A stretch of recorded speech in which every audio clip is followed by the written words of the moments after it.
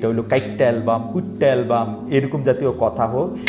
আওয়ামী লীগ যে দুষ্টামিগুলি করছে এখন এগুলি আমরা করব। প্রথমে একটু রাজনীতির প্রসঙ্গে আসি। আমি যেহেতু একটু কৌতূহলী মানুষ, রাজনীতিটা আসলে আমরা এখন মানে এই 2025 সালে আইসা কীরকমভাবে দেখি সেইটা আমার জানার খুব আগ্রহ হয়েছে।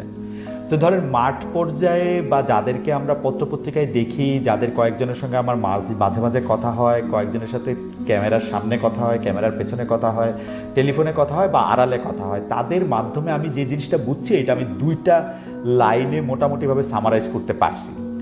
লাইন দুটো হচ্ছে এরকম যে আমরা রাজনীতি বলতে বুঝি এতদিন আওয়ামী লীগ যে দুষ্টামিগুলি করছে এখন এগুলি আমরা করব।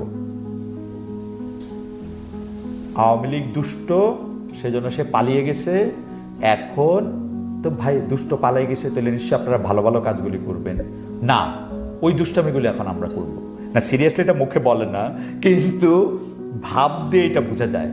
মানে এটা চাঁদাবাজি হোক, এটা দুর্নীতি হোক, এটা বড় কথা হোক, এটা হলো কাইট্টা অ্যালবাম, কুইট্টা অ্যালবাম, এরকম জাতীয় কথা হোক, সেম টু সেম জিনিস যেটা আওয়ামী লীগ করার জন্য আওয়ামী লীগকে আমরা অপছন্দ করলাম, আওয়ামী লীগকে আমাদেরকে মনে হলো যে তারা খুব গলার উপর আমাদের চাইপা বসছে, ওরকম কাজগুলি তারা করব।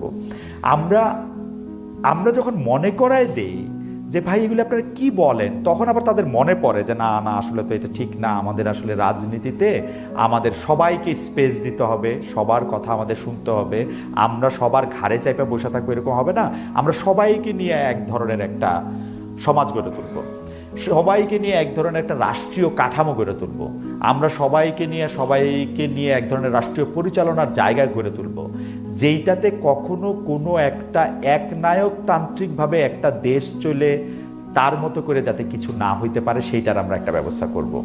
খুব ভালো কথা। কিন্তু ঘটনা হইতেছে যে আমি এবার রাজনীতিবিদদের জায়গা থেকে সইরা আসি হচ্ছে যে ধরেন আমরা সাধারণ মানুষরা কি চাই।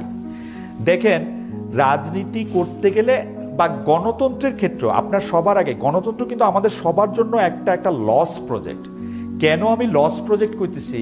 দেখেন, গণতন্ত্র হইলে কিন্তু আমাদের সবাইকে লাইন ধরতে হবে।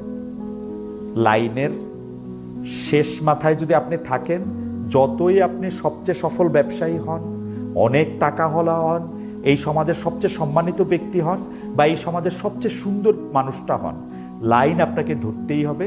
লাইনের পরে যখন আপনার জায়গা আসবে তখন আপনি আপনার কাজটা করতে পারবেন। জর্জ অরওয়েলের ভাষায় কইতে হয় যে এইখানে কেউ আর মোর ইকুয়ালস দেন আদার এইটা হওয়ার কোনো সুযোগ নাই।